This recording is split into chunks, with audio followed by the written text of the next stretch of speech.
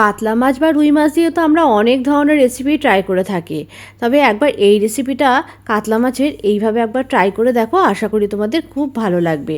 নমস্কার, আমি অন্তরা চলে এসেছি বারাসাত থেকে। আজকে তোমাদের সাথে এই রুই বা কাতলা মাছ দিয়ে এইরকম একটা রেসিপি তোমাদের সাথে শেয়ার করব। চলো তাহলে দেখে নিই রেসিপিটা কীভাবে বানালাম।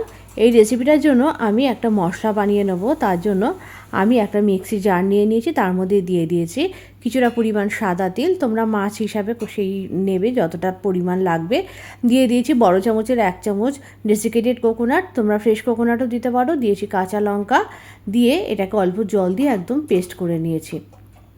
এদিকে আর একটা মশলার পেস্ট বানিয়ে নেবো। তার জন্য একটা পাত্রের মধ্যে দিয়ে দিয়েছি কিছুটা পরিমাণ টক দই, আর দিয়ে দিয়েছি 1 চামচ মতো সর্ষে গুঁড়ো। দিয়ে এটাকে খুব ভালো করে আগে ফেটিয়ে নিয়েছি। তারপরে এর মধ্যে দিয়ে দিয়েছি অল্প একটুখানি কাশ্মীরি রেড চিলি পাউডার, যাতে ভালো কালার আসে তাই জন্য। দিয়ে খুব ভালো করে দইয়ের সাথে এই সর্ষে গুঁড়ো আর কাশ্মীরি রেড চিলি পাউডারটা ভালো করে মিশিয়ে রেডি করে রেখেছি। কড়াইতে দিয়ে দিয়েছি পর্যাপ্ত পরিমাণে সর্ষের তেল, আর আগে থাকতে মাছগুলোতে আমি নুন মাখিয়ে রেখেছি। আর আজকে আমি এখানে কাতলা মাছ রান্না করেছি, তোমরা চাইলে রুই মাছ বা ভেটকি মাছ দিয়েও করতে পারো, ভীষণ ভালো লাগবে। অবশ্যই একবার এভাবে ট্রাই করে দেখো।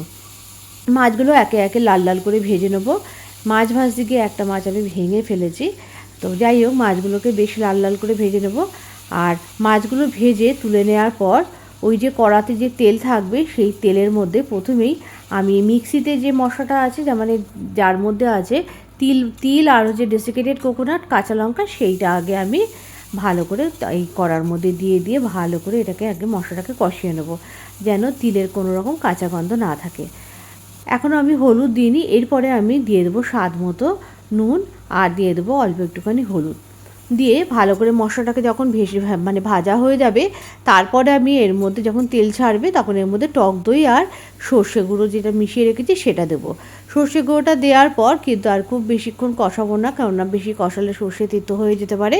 গ্যাসের ফ্লেমটা একদম আস্তে করে দিয়ে আমি এই টক দইয়ের মধ্যে সর্ষের পেস্টটা এর মধ্যে দিয়ে দিয়েছি।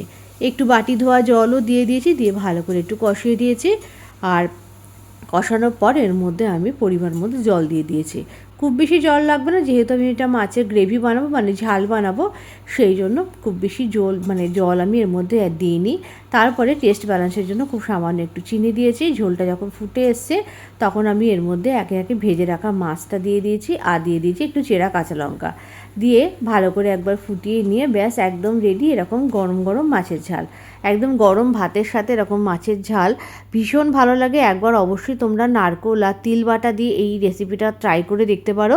এরকম নিত্য নতুন রান্নার আপডেট পেতে অবশ্যই অন্তরার পেজের সাথে যুক্ত থেকো। যদি আমার রান্না তোমাদের ভালো লাগে অবশ্যই আমার ইউটিউব চ্যানেলকে সাবস্ক্রাইব করে আমার পাশে থেকো। আর আজকের রেসিপিটা তোমাদের কেমন লাগলো অবশ্যই কমেন্ট বক্সে কিন্তু জানাতে ভুলো না। যদি ভালো লেগে থাকে একটা লাইক করো, আর একটা ছোট্ট কমেন্টের মাধ্যমে জানিয়ে দিও যে রেসিপিটা তোমাদের কেমন লাগছে। আজকের ভিডিওটা তাহলে এই পর্যন্ত, আবার দেখাবে পরবর্তী ভিডিওতে একটা নতুন কোনো রেসিপির সাথে। তোমাদের কাছে অনুরোধ রইল অবশ্যই ট্রাই করো।